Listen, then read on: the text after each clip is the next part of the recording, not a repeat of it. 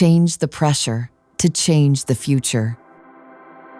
By optimizing the supply pressure, you can save energy and reduce CO2 at your factory by best practice and efficiently to realize next-generation air design. This concept is achieved by 4-bar factory. 4-bar factory consists of 3 steps. Step 1. Air visualization. First, we visualize the pressure and flow rates of existing equipment to identify areas that can be reviewed. Step 2. Line pressure optimization. We verify air pressure that can maintain production efficiency. In locations where the output must be maintained while the pressure is reduced, we can introduce an exhaust recovery booster regulator or replace parts with a high-power type cylinder.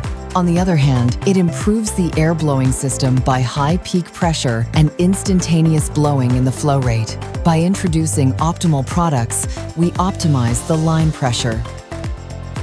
This method is applied throughout the factory to optimize the pressure at each piece of equipment. Step 3. Air pressure optimization for the entire factory. Lastly, the air pressure for compressors supplying air to the factory is optimized. This saves energy and cuts CO2. Let us look at a specific introduction case study. With a machine tool, air-saving impact blow valve achieves high peak pressure and instantaneous blowing to reduce air consumption.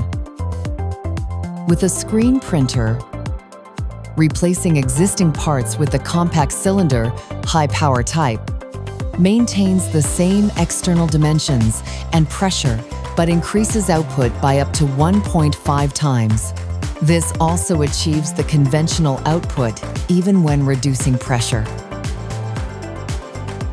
With an assembly unit, an exhaust recovery booster regulator can be introduced to locally boost pressure to maintain output.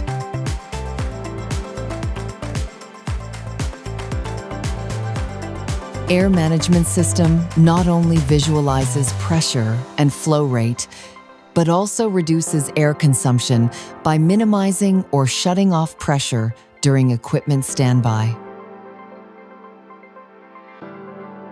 Change the pressure to change the future.